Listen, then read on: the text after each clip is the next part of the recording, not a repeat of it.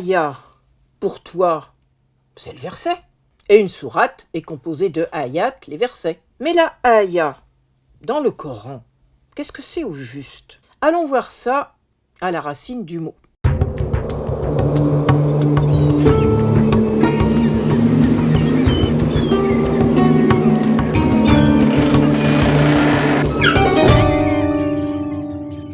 Tu connais maintenant le principe. On commence par enlever toutes les voyelles, mais là, nous voilà bien embarrassés, car il ne nous reste que la semi-voyelle Y, le Y, qui joue le rôle de consonne. C'est donc, pour le coup, une racine très irrégulière, effectivement. Elle est construite avec le hamza initial, la semi-voyelle WE au milieu, le W, et le Y en troisième position.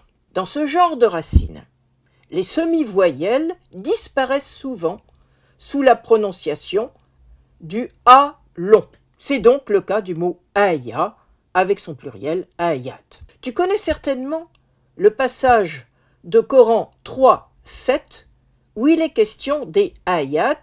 Il nous est dit « Allah, c'est celui qui a fait descendre sur toi l'écrit surnaturel qui t'est destiné, dans lequel il y a des ayat sans ambiguïté, qui sont à la base de l'écrit que tu as reçu et d'autres qui prêtent à discussion. » Mais pour comprendre un mot dans le Coran, il ne faut surtout pas se contenter du verset qui nous intéresse. Il faut aller voir les autres emplois du mot. Il faut donc constituer ce qu'on appelle son corpus.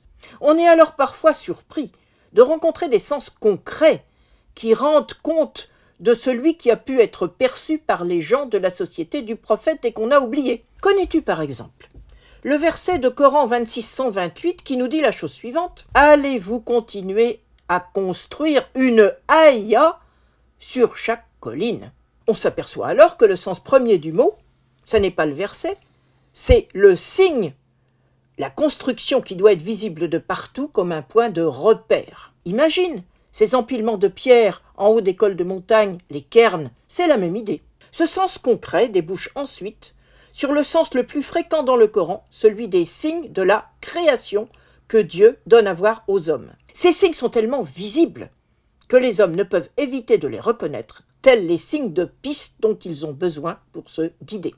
Le verset aya a donc un sens secondaire, qui se rattache à un besoin fondamental dans la société des hommes du désert, c'est la guidance. Aya est donc un parfait exemple qui te montre que la lecture directe ne permet pas de comprendre un mot du Coran dans ce qu'il donne à représenter sans son corpus. Et cela peut amener à faire des contresens.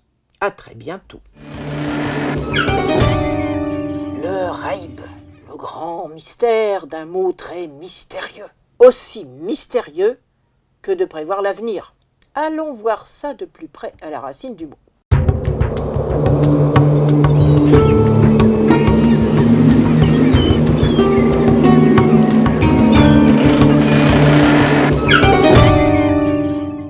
On enlève donc comme à notre habitude toutes les voyelles afin de ne laisser que les consonnes. Et il nous reste GH, RE, Y et B. Le Y, c'est ce qu'on appelle une semi-voyelle qui joue un rôle de consonne. Tandis que le GH, en arabe, c'est une seule consonne qu'on prononce comme un R à condition de ne pas le rouler. C'est la consonne raïn.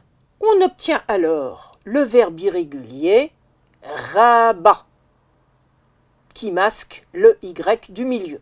Et rabat, cela signifie être absent.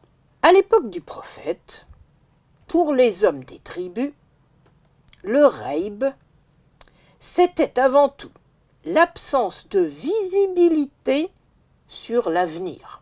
Imagine-toi, tu vis dans un milieu très hostile, exposé à des dangers permanents. Ta grande préoccupation serait alors de savoir ce qui t'attend demain, à très court terme en fait. Le raïb, c'est le mystère de ton destin que tu aurais intérêt à connaître le plus tôt possible afin de savoir quelle décision prendre pour toi et les tiens parce que votre survie collective est en jeu. Les hommes d'Arabie considéraient leur avenir comme un destin fixé et inscrit, leur mektoub.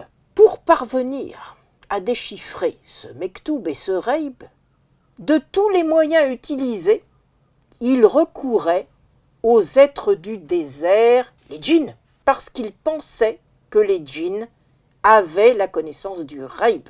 Évidemment, le Coran s'efforce de combattre cette croyance, car seul le Dieu créateur connaît l'avenir et le destin des hommes. Mais même si les djinns, qui n'ont pas besoin de pistes pour se déplacer dans tous les espaces, contrairement aux hommes, même si les djinns parviennent à se hisser jusqu'aux portes du ciel, ils en sont repoussés par les anges qui leur lancent des traits de feu.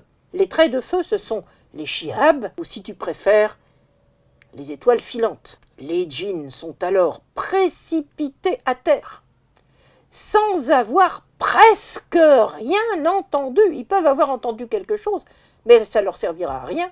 Ils ne peuvent donc renseigner les hommes utilement sur leur avenir. Tu les retrouveras avec cette histoire dans le Coran, notamment dans la sourate 15 au verset 18. C'est dans ce verset qu'on appelle les djinns les shayatines, un mot important sur lequel on aura l'occasion de revenir. Quand tu utilises donc l'expression Allah a'lam, tu ne le sais sans doute pas.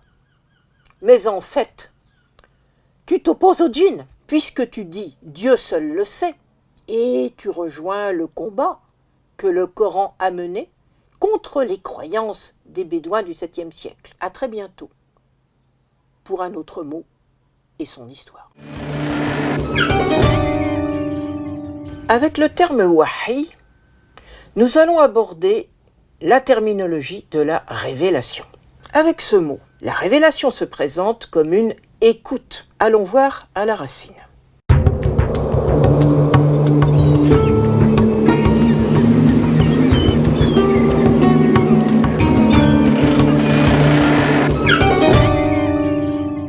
On enlève donc les voyelles. Il ne reste que WH et le I qui représente la semi-voyelle Y qui joue le rôle de troisième consonne.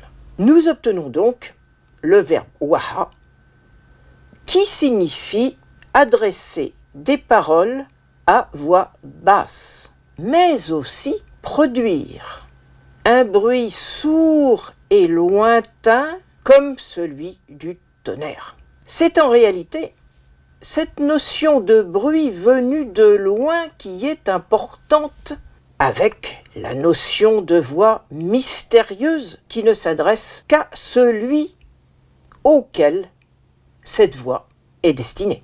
C'est le kahin, le devin de tribu, qui est présenté comme bénéficiant de ce genre d'écoute mystérieuse pour faire les annonces qu'il délivrait aux tribus et dont il avait été fait le récepteur. Il y a donc là une terminologie partagée qui met des hommes en relation avec le surnaturel. On a par exemple, dans 11:49, à propos du récit de Noé, qui est révélé à Muhammad, le passage suivant, qui définit bien ce qu'est un wahi. Quelles sont les nouvelles du reib, dans ce cas il s'agit du passé, dont nous te donnons écoute, wahi. Tu n'en connaissais rien auparavant, ni toi, ni les tiens. Cette inspiration, par écoute, le Coran la présente comme ayant été donnée avant lui à des figures inspirées. Pour s'en assurer, le Coran recommande de questionner ceux qui ont reçu un wahi antérieur. Deux passages de période mécoise abordent ce thème. Ceux de 21:7 et 16:43. En l'occurrence, ceux qui sont nommés dans ces deux passages, Ahl al-Dhikr, ceux qui sont nommés de cette façon, sont donc ceux qui ont reçu le rappel utile, sont en fait les fils d'Israël qui sont vus à travers leurs descendants contemporains. L'illusion qu'ils peuvent servir de caution à l'authenticité de l'inspiration reçue par Muhammad perdure durant toute la période mécoise, avant que ce ne se produise la rencontre avec les rabbins médinois. C'est le grand malentendu que nous avons déjà évoqué avec la dénomination Banu Israël. À très bientôt pour un autre mot et son histoire.